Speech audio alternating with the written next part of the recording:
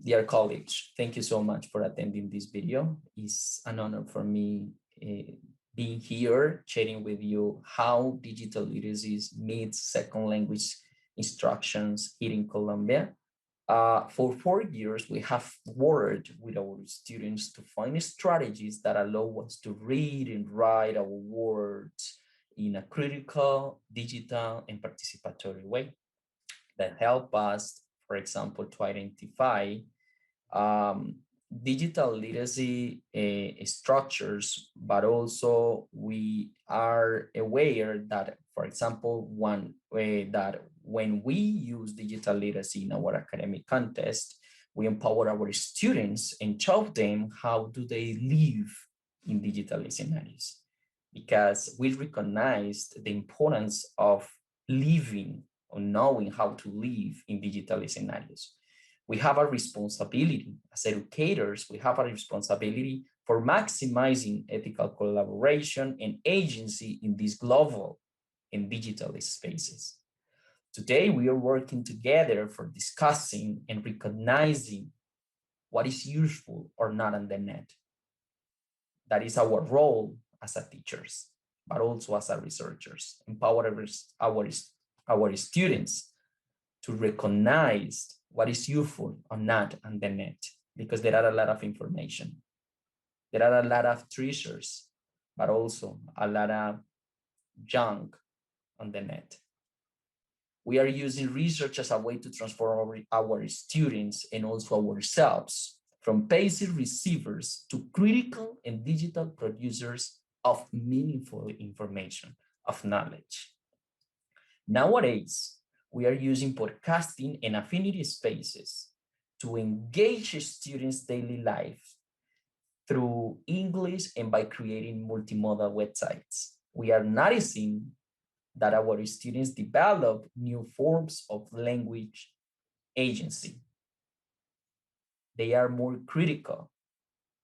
They are more aware about the uses of English for transforming their societies.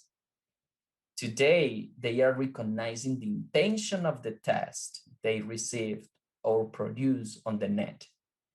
These affinity spaces give us the possibility of using the word as a tool that allows us to empower, transform, and learn the English aware of the context that surround us.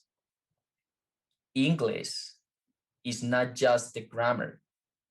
Learning English is a way of understanding our words, but also is a way of knowing different cultures, recognizing different information. Learning English is another opportunity for empower ourselves and recognize the world. Through these affinity spaces, we recognize that reading and writing help us to seek a more equitable and just world. Through the use of podcasting, for example, podcasting as a critical digital literacy practice in multimodal scenarios, our students are aware of their actions on the web. They recognize they have an identity in these scenarios, but also they are learning on how to live on the net or in a digital environment. Thanks to the podcasting as a critical digital scenario, the students have a freedom scenario for talking and discussing even their own narratives. Thanks to the implementation of semi-structured interviews, reflective journals, and students' digital artifacts with preserved English teachers from a private university here in Colombia, where I am currently working, and we could recognize that creating multimodal tests and podcast, yes, by creating these tools, our students became active producers of knowledge that transcend traditional classroom practices. Podcasting as a critical digital literacy became a stage, to generate collaborative literacy in freedom scenario, as I told you, because we transform our personality, our position in our classrooms. For example, I work with my students at the same level. Why?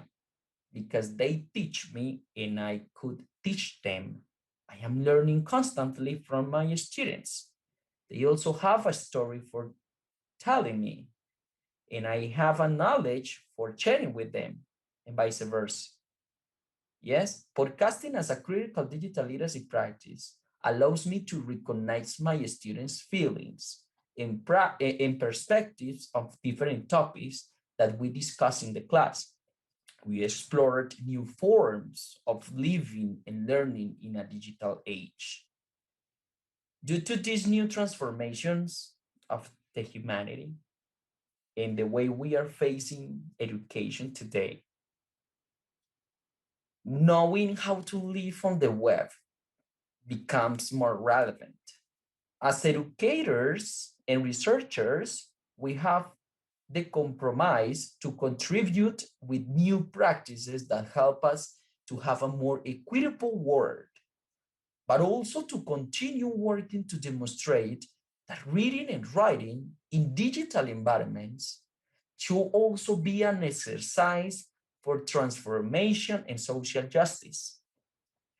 It is our duty to continue adapting our pedagogical practices to the new challenges that the world proposes today. As digital educators, that is our responsibility. Blessings. And one more time, thank you so much.